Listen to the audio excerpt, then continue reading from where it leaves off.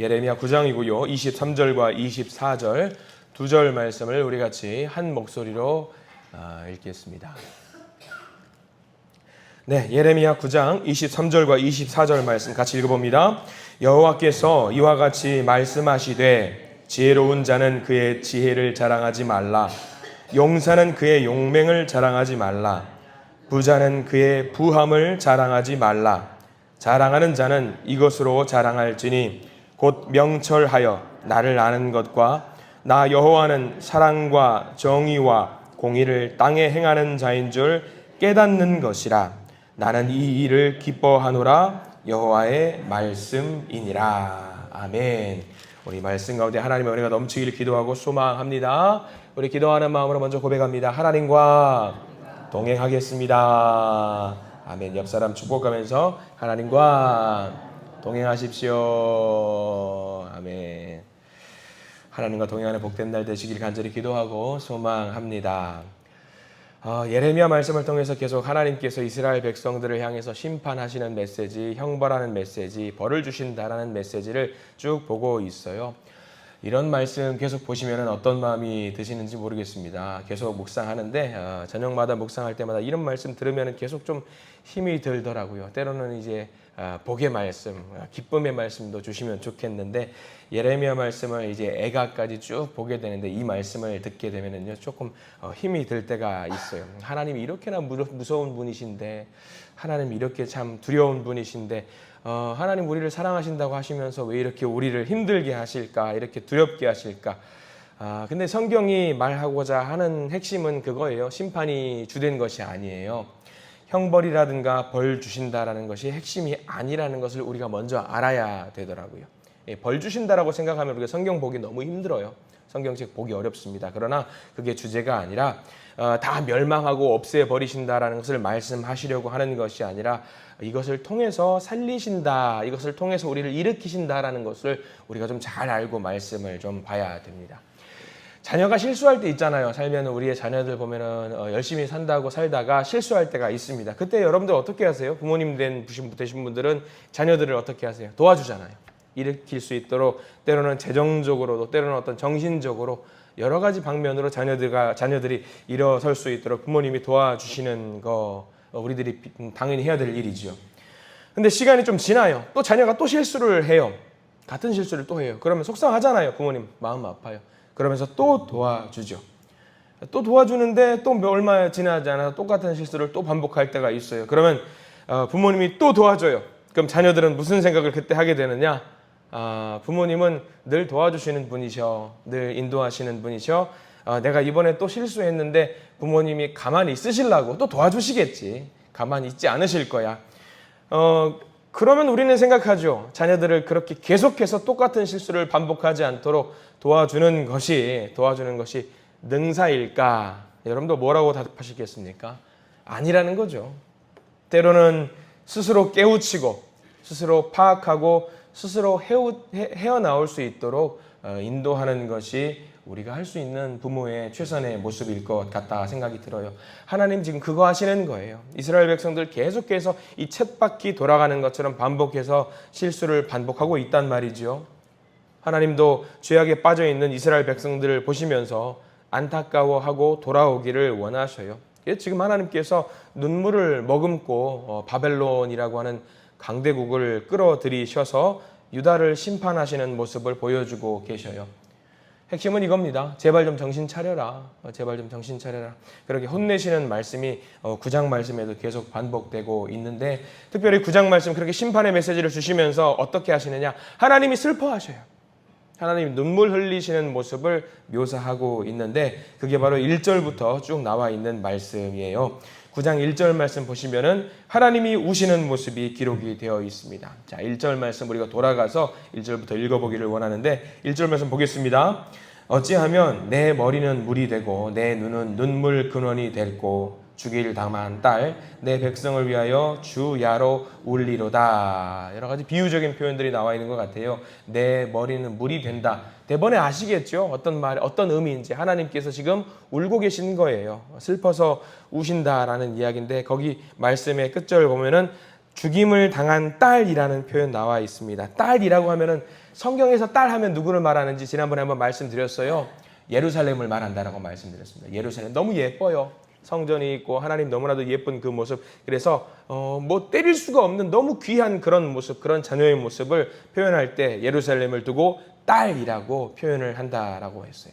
그 예루살렘이 범죄했어요. 딸이 범죄를 했어요. 죄의 삭은 사망이기 때문에 그 딸은 이미 죽은 것과 같아요. 그러니까 딸이 죽을 것을 생각하니까 계속 눈물이 나오는 거죠. 속상한 거예요, 하나님. 근데 사실 이렇게 속상한 하나님의 마음은요, 갑자기 오늘 9장 말씀에 갑자기 등장한 게 아니라 우리가 8장 말씀에서부터 쭉 나오는 거거든요. 잠깐 보고 올 텐데 하나님이 8장에서도 보면 속상한 모습이 또 나오거든요. 8장 18절 한번 보실래요? 8장 18절과 19절 말씀이 하나님이 속상하셔서 우시는 모습을 그대로 또 표현해주고 있어요. 8장 18절과 19절 말씀 읽어봅니다. 슬프다 나의 근심이여 어떻게 위로를 받을 수 있을까? 내 마음이 병들었도다. 딸 내 백성의 심히 먼 땅에서 부르짖는 소리로다. 여호와께서 시온에 계시지 아니한가? 그의 왕이 그 가운데 계시지 아니한가? 그들이 어찌하여 그 조각한 신상과 이방의 헛된 것들로 나를 경노하게 하였는고 하시니 라고 나와 있어요. 딸이 너무 멀리 가 있는 거죠. 하나님이 안 계시는 게 아니라 하나님이 계심에도 불구하고 하나님이 지켜본다라는 것을 알고 있음에도 불구하고 그 딸이 범죄를 하고 있어요. 어떤 범죄일까요? 8장 19절 제일 끝자락에 이렇게 나와 있죠. 그 조각한 신상과 이방의 헛된 것들로 나를 경노하게 하였는고. 이스라엘 백성들이 지금 우상을 숭배하고 있다는 거예요. 하나님이 버젓이 계시는데 하나님을 믿지 않고 너무 멀리 가버렸어요. 부정한 행실을 하고요. 죄악으로 인해서 너무 멀리 가버렸어요. 하나님이 계시기 때문에 예루살렘에서 예배를 드려도 부족할 판국에 이방의 신상을 만들어서 거기서 예배를 드리고 이방을 향해서 엎드려 절하고 있는 모습을 보니까 하나님이 경노하시는 거예요. 부모님들이 자녀를 혼낼 때 회초리를 혼내고 나서 딸이 자면 그 맞은 부위를 쓰다듬으면서 붙들고 통곡을 한다고 하죠. 하나님이 지금 그 모습입니다. 회초리를 들고 혼을 내셨어요. 그리고 자녀들이 울고 있는 그 모습을 보면서 상처 부위를 만지시고 통곡하시는 장면이 바로 8장 18절과 19절 말씀. 다시 9장으로 돌아와 볼까요? 여전히 하나님이 슬퍼하셔요. 그리고 9장 2절 말씀. 너무 속상하셔서 딸이 우는 것을, 딸이 슬퍼하는 것을 볼 수가 없다라는 모습. 9장 2절 말씀인데 우리 2절 말씀 읽어볼까요? 내가 광야에서 나그네가 머무를 곳을 얻는다면 내 백성을 떠나 가리니 그들은 다 간음하는 자요 반역한 자의 무리가 됨이로다. 하나님이 어떤 마음을 갖고 있냐? 난 떠나버리겠다. 도저히 못 보겠다. 망하는 것을 지켜볼 수가 없다. 근데 지금 이렇게 아들, 딸이 이 백성을 살리기 위해서 정신 차리게 만들기 위해서 그들을 망하게 만드는 것이 최선이에요. 망하게 만드는 것이. 근데 그것을 보고 있노라니 하나님이 볼 수가 없으시겠다라는 거죠. 그래서 나는 그냥 광야로 가서 안 볼란다. 나 도저히 못 보겠다. 지금 그 모습을 보여주고 계셔요. 눈 뜨고 볼 수 없다. 그들이 망할 수가 밖에 없게 되었는데 그 이유에 대해서 3절 말씀에서 기록이 되어 있어요. 그들이 어떤 범죄함을 4가지를 들어서 설명하고 있는데 한번 조목조목 한번 여러분들이 한번 밑줄을 그어볼까요? 3절 어떤 죄를 저질렀을까? 3절입니다. 여호와의 말씀이니라. 그들이 활을 당긴 같이 그들의 혀를 놀려 거짓을 말하며 그들이 이 땅에서 강성하나 진실하지 아니하고 악에서 악으로 진행하며 또 나를 알지 못하느니라. 4가지 범죄한 것이 나오잖아요. 먼저 거짓을 말했다라고 하고 있고요. 진실하지 아니했다라고 하고요. 악으로 진행했다고 하고요. 마지막으로 나를 알지 못했다라는 것이지요. 근데 이 4가지 하나님께서 끄집어내는 그 죄의 항목들을 보면은 무슨 생각이 드냐? 내가 그 죄를 범하고 있는 것은 아닌가 생각이 드는 거예요. 내가 이것을 하고 있는 것은 아닌가. 성도들이 거짓을 말하는 것이 아무렇지 않게 그렇게 말할 때가 있어요. 진실하지 못한 거 뭐 어때? 때로는 진실하지 않을 수도 있지. 아유 악을 행했어. 아유 뭐 때로는 사람이 살다 보면 그럴 수도 있어. 관대하다라는 거예요. 그리고 가장 마지막으로 중요한 것, 하나님을 알지 못하는 것, 가장 큰 죄입니다. 하나님을 알지 못하는 것. 모를 수도 있지. 아니요. 모르면 안 되는 거예요. 하나님 모를 수도 있지. 아니에요. 절대 안 돼요. 모르면 안 된다라는 것이지요. 이 죄를 이스라엘 백성들이 범하고 있었어요. 근데 이렇게 하나님이 이스라엘 백성들의 죄를 조목조목 끄집어내면서 우리에게 말씀해 주시는 이유, 감사한 거죠. 너희들은 이거 하지 말아라 해요. 그리고 우리가 무엇을 해야 되는지, 이렇게 무엇을 하지 말아야 되는지도 알려주시잖아요. 어떻게 하면 돌아갈 수 있는지 알려주셔요. 자, 쭉 넘어가서 우리가 읽은 본문을 돌아갑니다. 9장 23절과 24절 쭉 넘어올게요. 성경을 통해서도 유명한 말씀 중에 하나예요. 9장 23절과 24절. 마치 하나님께서 우리가 어떻게 살아면 되는지 알려주시는 행동 강령 같은 말씀이거든요. 23절 말씀, 하지 말아라. 먼저 나와 있어요. 23절 읽어봅니다. 여호와께서 이와 같이 말씀하시되 지혜로운 자는 그의 지혜를 자랑하지 말라. 용사는 그의 용맹을 자랑하지 말라. 부자는 그의 부함을 자랑하지 말라. 하지 말아야 되는 세 가지가 나옵니다. 지혜 자랑하지 말아라. 하나님 앞에서 뭐 지혜를 자랑하냐? 지혜를 자랑하지 마라. 하나님 앞에서 용맹을 자랑하지 말아라. 그리고 마지막으로 부함을 자랑하지 말아라. 지혜, 용맹, 부함. 왜요? 이 세 가지가 누가 주신 거니까? 하나님이 주신 거니까. 너희들이 얻은 것이라고 생각하지 마라. 이건 내가 준 거지 않냐? 내가 준 건데 왜 너희들이 자랑하고 있느냐? 그것들이 너희들을 살릴 것 같냐? 아니다. 너희들을 살릴 수 없다. 오히려 그것들을 자랑하는 순간 그것들이 너희들의 올무가 되어서 너희들을 옥죄할 것이다. 너희들도 죽게 될 것이고 남도 죽이게 되는 것이다. 세 가지를 자랑하지 말라. 지혜를 자랑하지 말고 용맹을 자랑하지 말고 부함을 자랑하지 말아라. 그리고 자랑해야 될 것도 알려주세요. 이거 자랑해라. 용맹, 지혜, 부함 자랑하지 말고 차라리 이걸 자랑해라. 24절이 자랑할 거예요. 전체 다 밑줄을 그으셔도 되고요. 별표를 치셔도 돼요. 24절 말씀 읽어봅니다. 자랑하는 자는 이것으로 자랑할지니 곧 명철하여 나를 아는 것과 나 여호와는 사랑과 정의와 공의를 땅에 행하는 자인 줄 깨닫는 것이라. 나는 이 일을 기뻐하노라. 여호와의 말씀이니라. 아멘. 아까 3절에서 이것 때문에 너희들이 망한다라고 했던 것 중에 가장 중요한 것, 나를 알지 못했다라는 것에 대조되는 말씀이에요. 자랑할 것은 무엇을 자랑해요?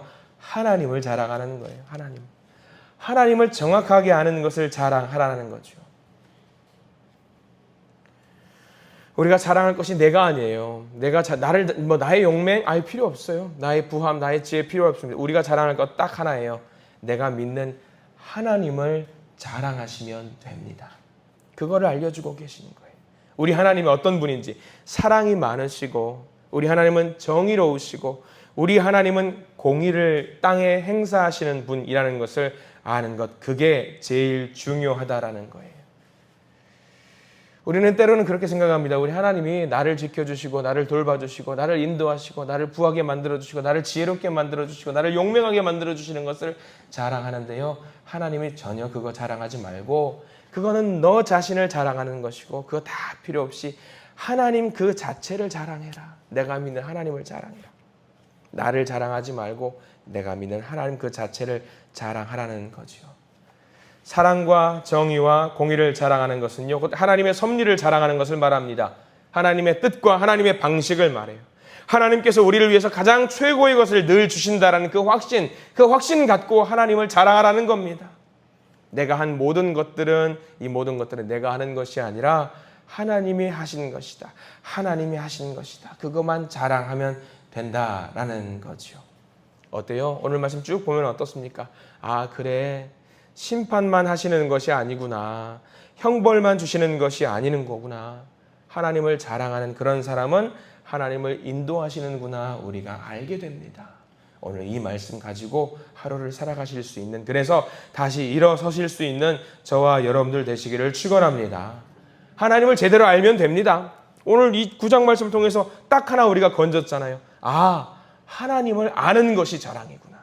하나님을 제대로 아는 것이 자랑이구나. 하나님을 제대로 알기만 하면은 망하는 일이 없구나.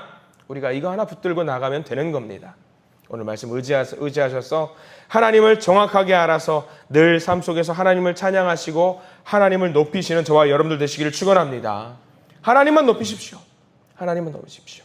하나님께 영광 올려드리시는 복을 저와 여러분들이 오늘 하루 마음껏 누리시는 저와 여러분들 되시기를 간절히 축원합니다.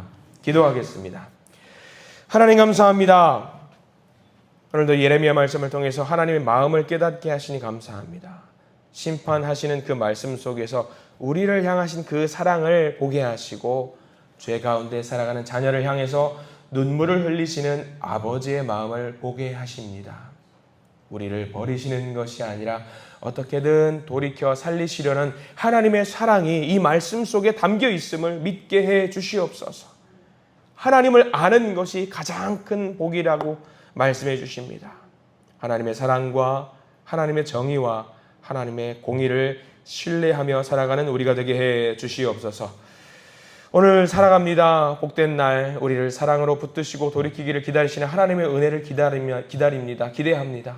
날마다 말씀 앞에서 자신을 돌아보고 회개하며 새롭게 살아가는 우리가 되게 해 주시옵소서.